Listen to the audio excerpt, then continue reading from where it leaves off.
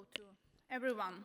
It's a huge honor and responsibility to stay here on this stage, because on this moment, the cities on Ukraine is under the bombing of Russian Federation.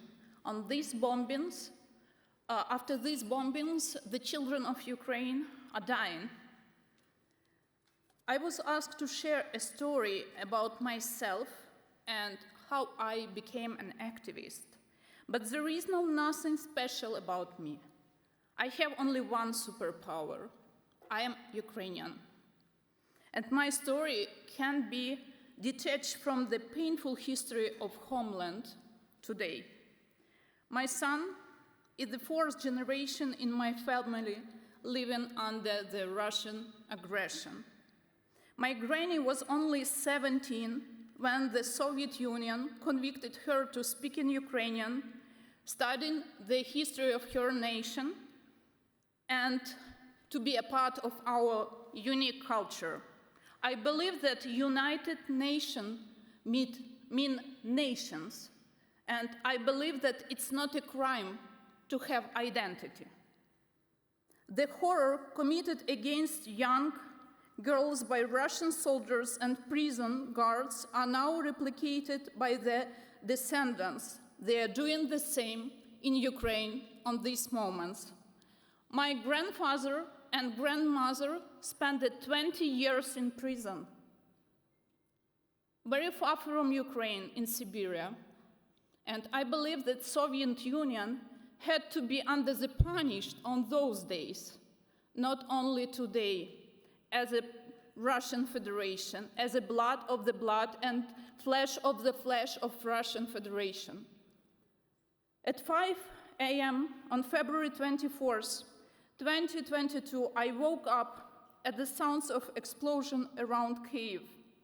And I had only 15 minutes to pack my belongings and to leave my home. Now, when I fall asleep in other temporary places, I dream of my home, where I learned how to bake a bread during lockdown last year. At such moments, I keep asking myself, what did we do in a wrong way as Ukrainians? And then I remember that my whole life I've been fighting for the rights, freedoms that my beloved husband is defending now, right now, on the front line. We can blame ourselves. We can only blame the aggressor state for this war. In 2004, I was a student and I defended the right to fair election during the Orange Revolution. I dedicated my life to protecting the political freedoms of citizens with the great team of the civil network Opora. I was proud of my work. We achieved incredible things. We pushed political reforms in Ukraine. We did a huge anti-corruption reform in Ukraine. And we became a part of the developed countries and freedom world. In 2014, during the Revolution of Dignity, I participated in the protest and volunteered in a hospital in Kyiv. In those days, Ukrainians defended themselves from the authoritarian president. And we protested in Kyiv, main square, when the students were beaten up. 1 million Ukrainians became a part of the hugest protests in our history when the students were beaten by Ukrainian policemen. We defended our children on this day. We defended our freedoms of that days. At that time, Russia started the war and occupied Crimea. We can defend our rights before the state of Ukraine, with joint effort of civil society. We proud that we were not scared easily. We had 3 revolutions during the last 20 years in Ukraine. We had 4 revolutions during 30 years, last 30 years in Ukraine. This is the main argument, that Ukrainians are fighters. But today, we face with the enemy who wants to destroy Ukraine. the identity of its people and who wants to challenge its sovereignty. Peace can only be based on international law and Ukrainian constitution. Any other terms and conditions for peace imply a cessation of hostilities with the following terrorizing of civilians of the countries that lost the battle. If the evil is left unpunished, it will only keep growing.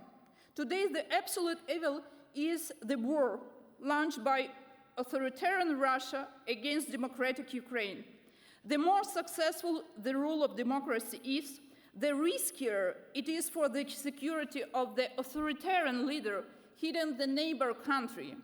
Russia has no respect for the international law, human rights, world order, or international organization. They see no other argues but the force. We have no other choice. We must win. Otherwise, humankind evolution since Second World War will reverse course. Humanity will degrade, and we will forget about the values of rights and freedoms. The process will only multiply the pain and suffering in Europe. Ukraine is not the first country on the road to degradation of world order, and it will not be the last one.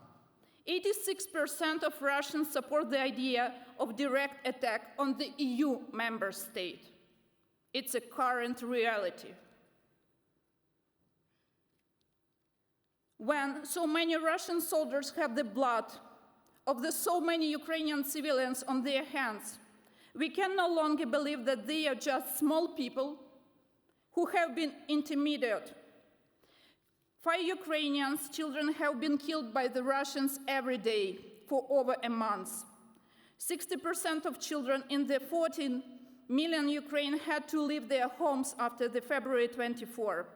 10 million Ukrainians are now internally displaced, and 4 million Ukrainians are seeking protection from bombing in other countries. But believe me, I have only one wish, as many my colleagues and other Ukrainians, to back home. Ukrainians have already read so many chapters and learned their lessons. Russian soldiers, the political and economical business elite, the 71% of the citizens of the Russian Federation who support the war, and Vladimir Putin himself are responsible. Humanitarian provisions won't stop this force. If the evil is left unpunished, it will only keep growing. After we liberated small towns like Irpin, Bucha, Hostomel, Borodyanka, really going on. You can see what is going on there. Hundreds of people were executed, shot in the back of their head, with their hands tied behind their backs. They were murdered with their children. They have been lying in the streets for weeks. You can easily find the photos in the global media, but please be mentally prepared to see it. This is anti-human behavior.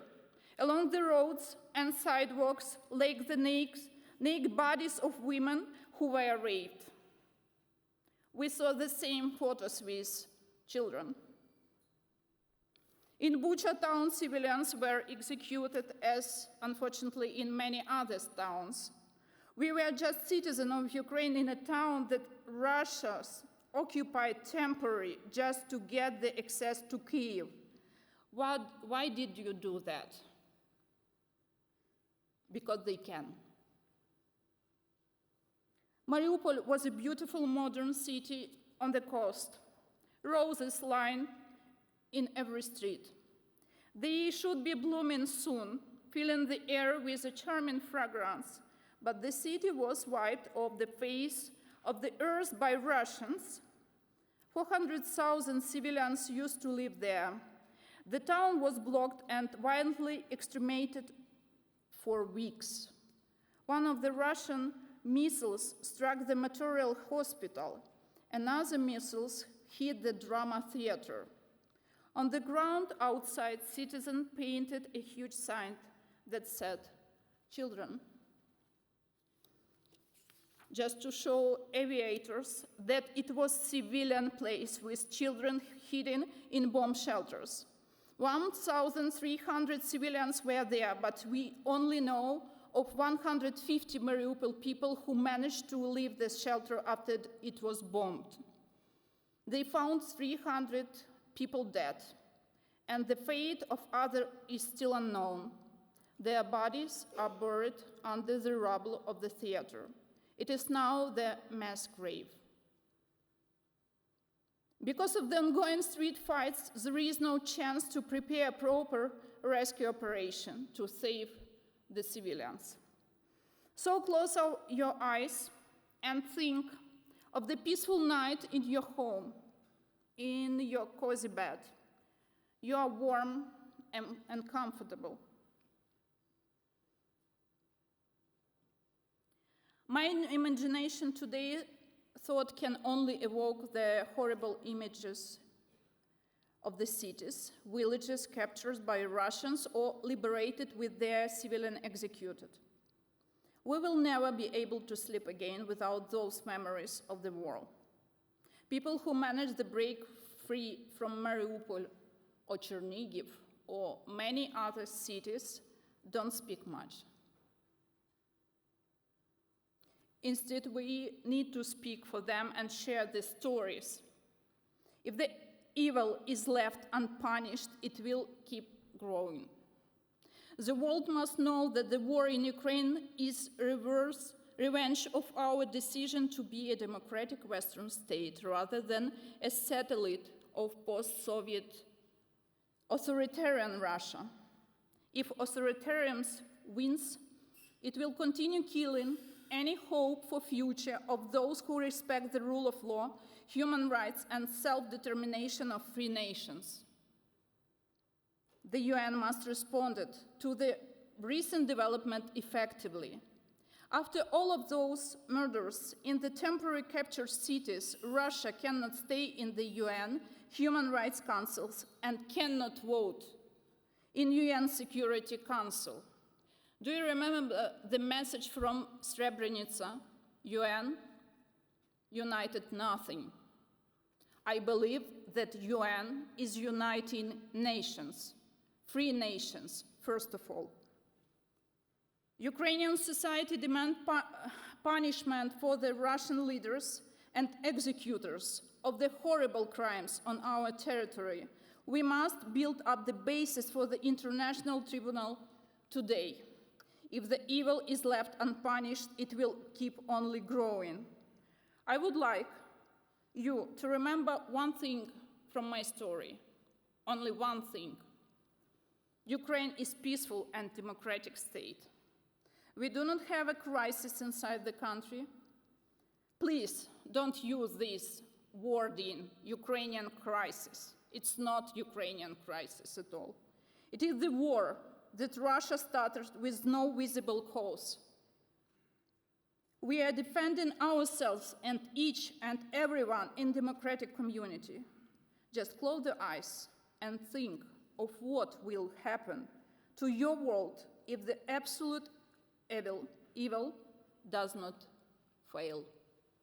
Ukraine doesn't have another perspective than to win, to defend the territories, and first of all, to defend the civilian people. Thank you very much.